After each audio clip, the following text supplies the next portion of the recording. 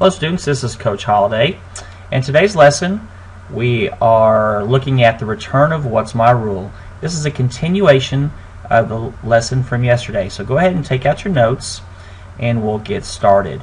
Remember, if you have some questions, you need to pause and rewind, please feel free to do so at any time. I'm going to work through some of this with you, and some of it I'm going to ask you to work through and then check your answers also. So let's go ahead and get started. If we have an example with a table. In the table we have our x values in the first line, our y values in the second line. And if you remember from the last lesson that Ms. Dalton did with you, we're going to look at finding a constant rate of change. To find that constant rate of change, we look at the change of y. Alright, so we're going to look at y changing, and then we're going to look at the change in our x's. Alright, and we're going to see if that's constant by finding the change in y over the change in x for each of these values. Okay, so let's go ahead and do this. Look at the change of x. It goes from 1 to 2, so it increases by 1. 2 to 3 increases by 1. 3 to 4 increases by 1. The y's go from 6 to 12, that's an increase of 6. 12 to 18, that's an increase of 6. And 18 to 24, that's an increase of 6. So it's easy to see that we're going to have a constant rate of change. But just to go back and look at this, to find the constant rate of change, we find the change in y. For change, we use this triangle. We call it delta, but that means it's just the change in something. It's the Greek symbol delta. Okay, change in y over the change in x. And if you look for the first one, if I do the change in y is 6 over the change in x is 1, I get 6. If I do that for each of these, I would get 6 over 1 there, and I would get 6 over 1 there. So it is a constant rate of change. And that constant rate of change is plus 6 or positive 6. And we're not going to use the plus, but I just put it in there. So if you remember, we write the rule as f of x, or just y, since our table has a y in it, we'll use y, equals, and that rate of change, that constant rate of change, is the coefficient for our x. So we make it 6x. Now we have to look and see, do we need to add something or subtract something from the end of this rule?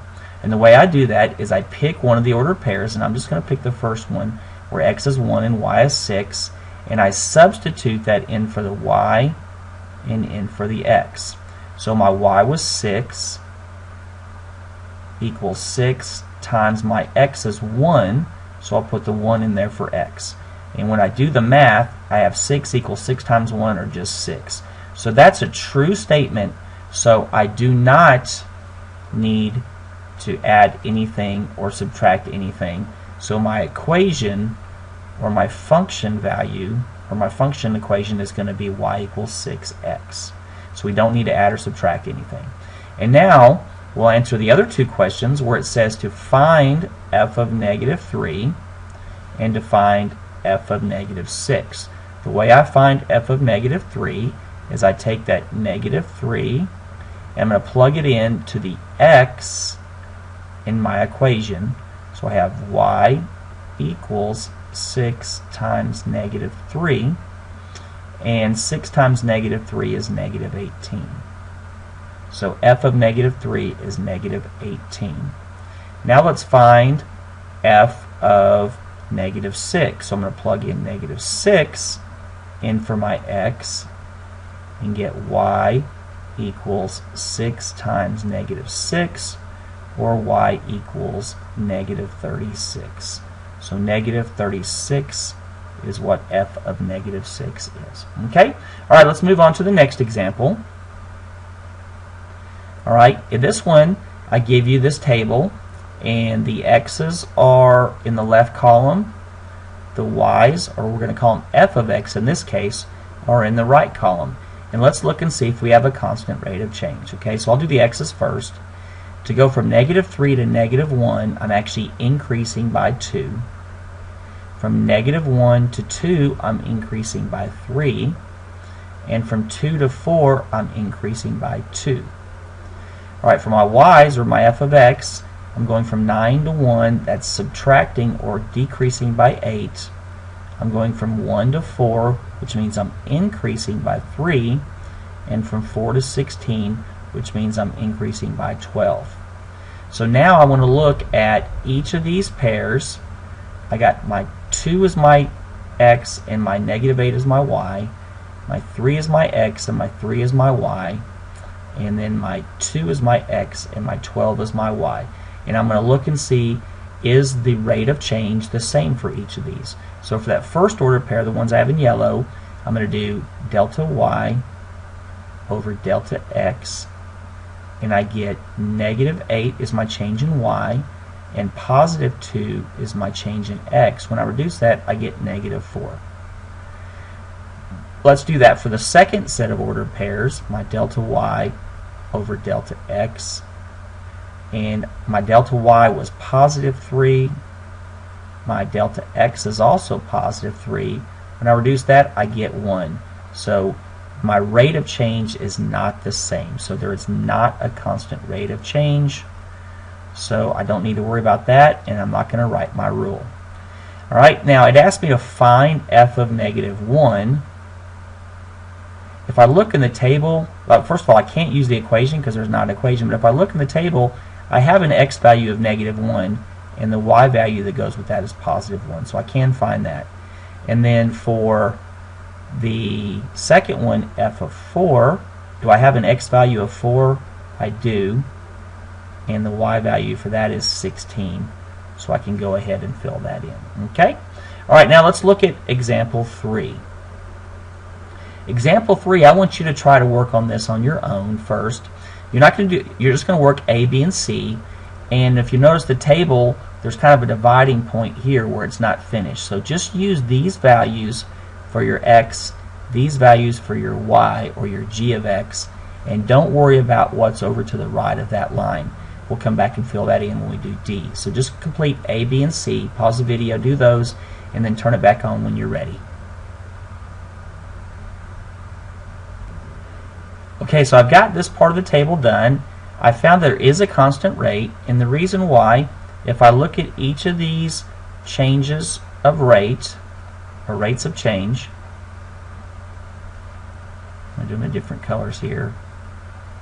When I do my delta y over my delta x, for the first one that I did in blue, I'm going to get negative 2 over 1, which is negative 2. For the second one, I get negative 6 over 3, which reduces to negative 2. And for the third one, I get negative 8 over negative 4, and that, over positive 4, and that ends up being negative 2 also. So it does have a constant rate. The rate is negative 2, so the rule is g of x equals negative 2x. Now what we need to do is we need to see if there's something I need to add or subtract from this, okay? And the way I do that again is I take one of the ordered pairs, and I'm going to take the first one, negative 3, 1, and I'm going to plug those in for g of x and x. So if I plug in g of x is 1 equals negative 2 times negative 3. And notice this doesn't end up being the same. I have 1 equals 6. So now what do I need to do? Well, I need to subtract something from the right side. And to make that right side into 1, I have to make these two sides equal. If I subtract 5 from this side, then I would get 1 equals 1. So up here where this is at, alright, I need to write my new rule. The real rule is going to be g of x equals negative 2x. And since I had to subtract 5 to make the sides equal, I'm going to put minus 5. So this is my really my rule. G of x equals negative 2x minus 5. And now I'm going to use that rule to finish filling out the table. So all I want to do is I want to take my 6, and I'm going to plug it in for x. So let's do that. I'm going to go g of x equals negative 2 times 6, minus 5, and that's going to equal negative 12 minus 5 is negative 17. So that goes in there. And now do the next one, g of x equals negative 2 times 10. There's a 10 there, minus 5. And that's going to equal negative 20 minus 5 would be negative 25. So I should get negative 25. So I'm just using my function rule to find out what y is when x is 6 and what x is 10. Alright, now on to the last example. If you'll notice in this example, I tell you that there is a constant rate. I say, what is the constant rate of change? So I want you to find that constant rate of change, write the rule, and then see if you can finish filling out the table. So pause the video, do that, and then turn it back on.